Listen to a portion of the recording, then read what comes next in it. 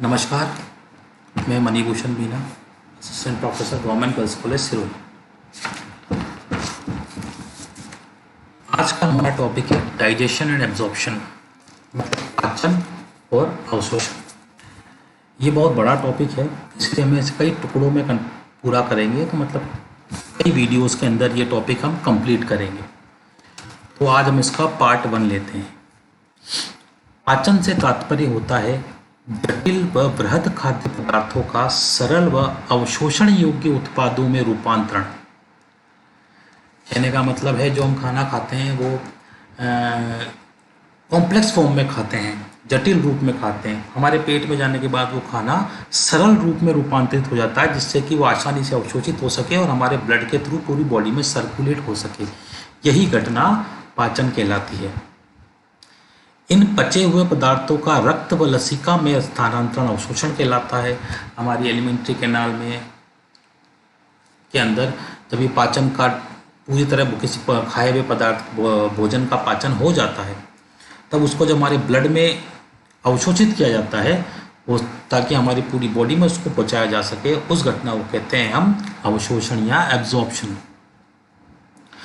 वह अंग जो सामूहिक रूप से पाचन व अवशोषण को संपादित करते हैं, इस पूरे सिस्टम को हम कहते हैं पाचन तंत्र या डाइजेस्टिव सिस्टम। पाचन तंत्र के मोस्टली 2 मोटे मोटे भाग होते हैं। एक होता है आहार नाल, एलिमेंट्री कैनाल, दूसरा सहायक ग्रंथि या एसेसरी ग्लैंड। इन पूरी जो वीडियो की श्रृंखला आएगी डाइजेशन एब्जॉर्प्शन की, उसके अंदर हम इन दोनों की स्टडी करेंगे। आहार नाल द्वारा पाचन या डाइजेशन, श्रवण या सीक्रेशन, अवशोषण के कार्य किए जाते हैं। मतलब आहार नाल द्वारा डाइजेशन, सीक्रेशन और एब्जॉर्प्शन तीनों कार्य किए जाते हैं। सबसे पहले इस श्रृंखला में हम पढ़ेंगे आहार नाल की भित्ति की संरचना। आहार नाल में अमाशय से लेकर गुदा नाल तक भित्ति की संरचना लगभग एक समान होती है। इसके मोस्टली 4 मोटे मोटे भाग होते हैं: serosa, muscularis, submucosa and mucosa.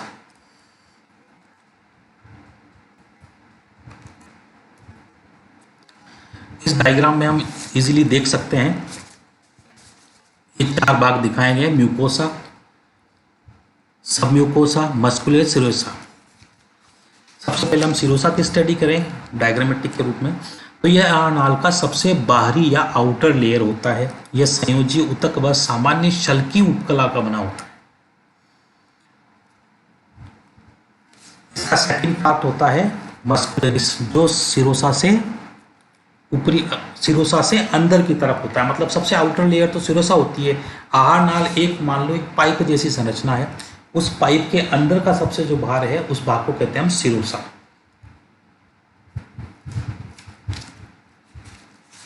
माफ कीजिएगा, सबसे जो बाहर का भाग होता है उसको हम कहते हैं सिरोसा।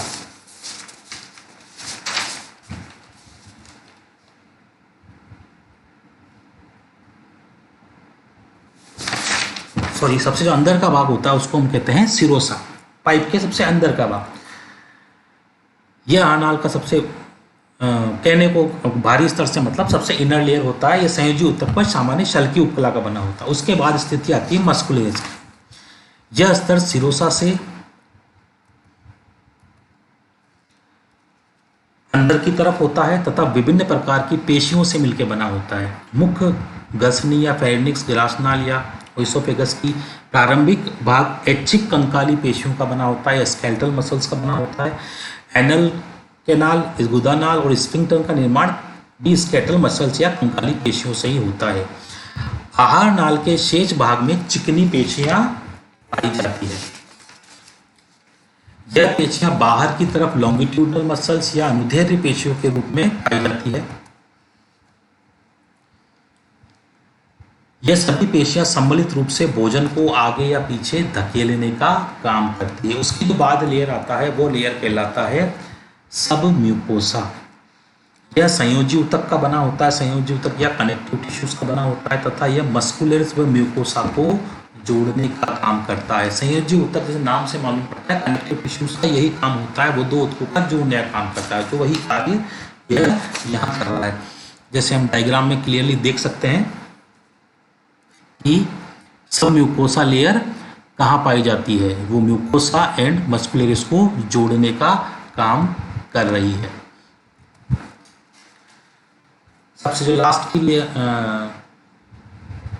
इस सब म्यूकोसा के अंदर ही ग्रंथिका जो मतलब एलिमेंट्री कैनाल के अंदर जितनी भी ग्लैंड्स पाई जाती है वो इस सब म्यूकोसा ग्लैंड्स लेयर के अंदर ही पाई जाती है। तथा लिम्फ टिश्यू, ये lymph tissues generally immune system से रिलेटेड होते हैं, इनके कार्य आगे बताए जाएंगे।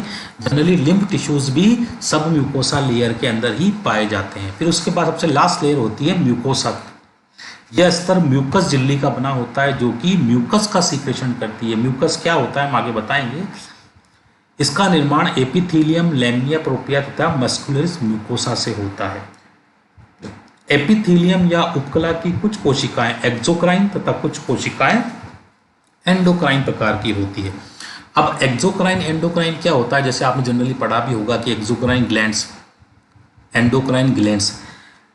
एक्सोक्राइन ग्लैंड्स वो होती है जो अपना स्राव किसी नलिका के माध्यम से अपने टारगेट ऑर्गन तक पहुंचाती है, जैसे कि लीवर, पैनक्रियाज ग्लैंड, ये दोनों एक एक्सोक्राइन ग्लैंड है। ये इसका दोनों का उपयोग आपके आने वाले टॉपिक्स में आएगा। एंडोक्राइन ग्लैंड्स वो होती है जो अपना उत्पाद या जो अपना स्राव सीधा ब्लड में डाल देती है और ब्लड के द्वारा उसके उत्पाद या स्राव को टारगेट अंग तक पहुंचा जाता है। इन्हीं सबको हम एंडोक्राइन ग्लैंड कहते हैं। मतलब कि इसके स्तर में एक्सोक्राइन सेल्स भी पाई जाती है और एंडोक्राइन सेल्स भी पाई जाती है। लैमिनिया प्रोप्रिया जनरली एरियोलर संयोजक ऊतक का बना होता है। इस स्तर में माल्ट या म्यूकोसा एसोसिएट लिम्फोइड टिश्यू पाए जाते हैं। इस ऊतक में इम्यून सिस्टम से संबंधित कोशिकाएं पाई जाती हैं जो विभिन्न रोगों से इंटेस्टाइन या आंत्र की सुरक्षा करती है। आहार नाल में असंख्य उंगली रूपी उभार जिनको विलाई कहते हैं, जैसे आगे डायग्राम में बताया जा गया है, असंख्य उंगली रूपी उभार पाए जाते हैं जिनको हम विलाई कहते हैं। इनका निर्माण म्यूकोसा के बहिर्वर्ण या आउटर ग्रोथ से होता है। एक विलाई में असंख्य माइक्रो विलाई पाए जाते हैं, जैसा कि हम देखे जा रहे हैं कि एक विलाई के अंदर छोटे छोटे बहुत से माइक्रो विलाई भी पाए जाते हैं। इस प्रकार ये एक ब्रश बॉर्डर का निर्माण करते हैं। एक मात्र आंत्र के अंदर बहुत सारे असंख्य छोटे छोटे विलाई पाए जाते हैं, जिससे कि एक ब्रश जैसी संरचना का निर्माण हो जाता है। इसी ब्रश बॉर्डर के कारण आंत्र की अवशोषण सतह 600 गुना बढ़ जाती है, जिससे वह अधिक मात्रा में अवशोषण कर सकते हैं। ये इसका पूरा डायग्राम बताया गया है किस तरह यह संरचना पाई जाती है।